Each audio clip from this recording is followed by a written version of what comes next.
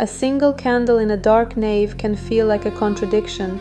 Its flame is delicate, yet it refuses the darkness. It trembles, yet it chooses its posture toward the air. The Orthodox understanding of free will and predestination begins in a similar tension, not as a puzzle to be solved by squeezing mystery into a formula, but as a lived reality held in worship. God is utterly sovereign, yet human beings are genuinely responsible. Grace is always first, yet the human yes truly matters. Orthodoxy approaches this question less through abstract systems and more through the story of communion. God creating persons capable of love and therefore capable of refusal. Love by its nature cannot be coerced without ceasing to be love.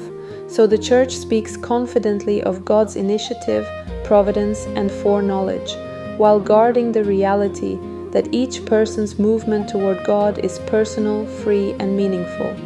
The point is not to protect human autonomy as a modern ideal, but to defend the integrity of personhood and the authenticity of relationship with God. Within that framework, Orthodoxy emphasizes synergy. Salvation is the cooperative work of divine grace and human freedom, where grace empowers and heals without overriding the will. Human freedom is not imagined as absolute independence. Orthodoxy is clear that the will is wounded by sin and distorted by the passions, but it is real enough that repentance is possible and obedience can be offered. Predestination, then, is not treated as a deterministic decree that some are created for salvation and others for condemnation. Rather, God predestines in the sense that He eternally wills the good. He desires all to be saved and provides what is necessary for salvation, calling each person toward life. God's foreknowledge does not function as a causal chain that forces outcomes. It is knowledge from beyond time, not a mechanism that removes choice within time. Orthodox thought often prefers to speak of God's providence as guiding, inviting, and arranging circumstance. This orthodox balance shapes spiritual life in practical ways. It prevents despair by insisting that no one is trapped in a fate they cannot resist. Repentance is always meaningful, prayer is never pretend, and transformation is not theater.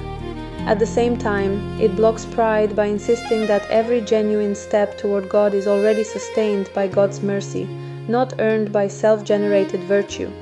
The Church's ascetical practices, confession, fasting, prayer, almsgiving, the patient struggle against the passions, make sense precisely because freedom is real but requires healing, and because grace is powerful but not coercive.